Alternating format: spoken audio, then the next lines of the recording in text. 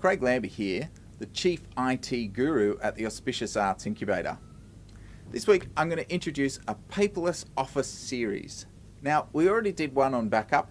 I'm going to do naming conventions and filing methodology, which I'm going to talk about today, which will bring together your paperless office, which is going to save you lots of costs in printing and paper and all sorts of headaches that you have when you have to print to a printer, which I'm happy to say I don't have to do very much anymore. Okay, so the first thing that we're going to talk about is printing to PDF.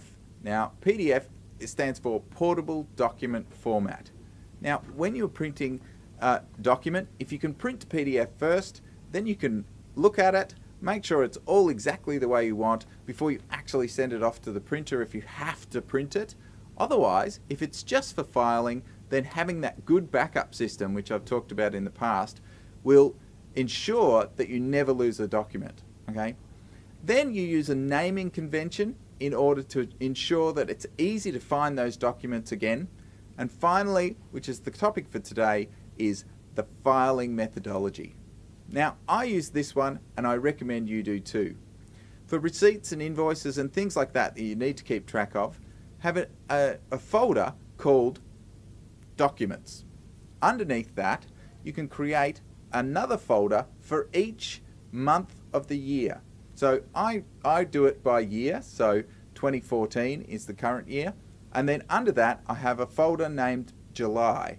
Now, I don't just call it July. I use the naming convention 07 for the month number so that they go in order, okay? And then I put the word July because I recognize that more than the 07, okay? So it just makes it easier. And then inside that, you should store your files using the naming convention year, month, day, and then whatever the file is. The name of the file, whether it's an invoice, who it's for, all those sorts of information. The more information you put into the file name, the easier it will be to find later on.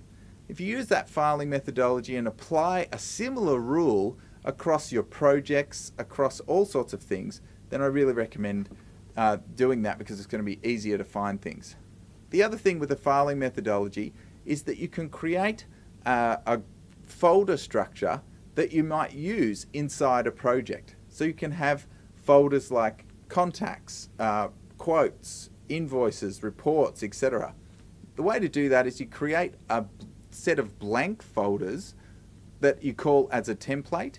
Then when you create a new project, you just copy that template folder across into the other folder so you've got the exact same structure under all of your project folders. Do you follow? I know it's a little bit complex, it's very left brain, but it's very logical. If you think it through, it'll make it so much easier to find your files when all of your projects are under the same structure. Okay? So that's this week's hot tip. If you felt that this tip was useful, please like this video. If you think you know somebody that would get a lot of benefit out of this video, please share it with them. I'm sure they'll like to hear about it. And if you've got any questions or comments, please write them below. And this week, I'd like you to tell me what naming convention or filing methodology you use in order to organize your digital life. Okay?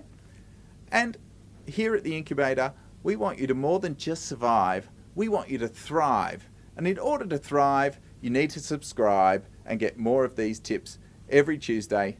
And I'll see you at the next one. Cheers.